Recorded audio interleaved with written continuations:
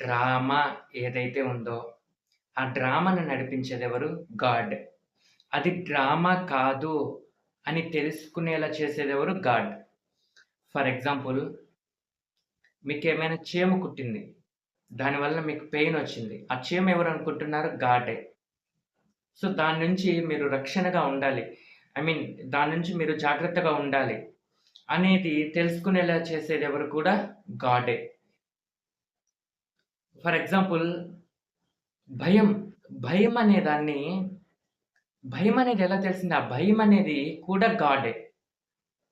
So, ఇప్పటి నుంచి భయపడకూడదు అని చెప్పేది కూడా గాడే. అర్థమైందా? భయమనేది కూడా గాడే.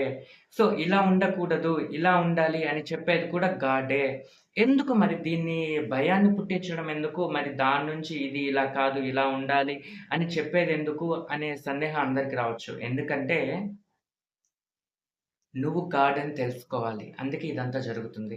ఈ డ్రామా అంతా ఎందుకు జరుగుతుందంటే, అసలు హూ ఆర్ యూ? నీ నేమా నువ్వంటే? లేకుంటే పలానా వల్లభాయ్, పలానా వాళ్ళ అమ్మాయని ఇదా నువ్వంటే? లేకుంటే నేను ఆ జాబ్ చేస్తున్నాను, ఈ జాబ్ చేస్తున్నాను. ఇదా నువ్వంటే? కాదు కదా! నువ్వంటే గాడ్ అని నువ్వు తెలుసుకోవాలి. డివైన్ ఇన్‌కర్నేషన్ అని నువ్వు తెలుసుకోవాలి. Right?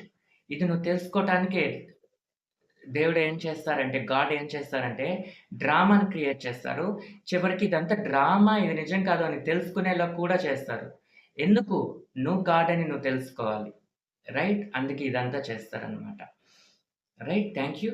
Thank you so much.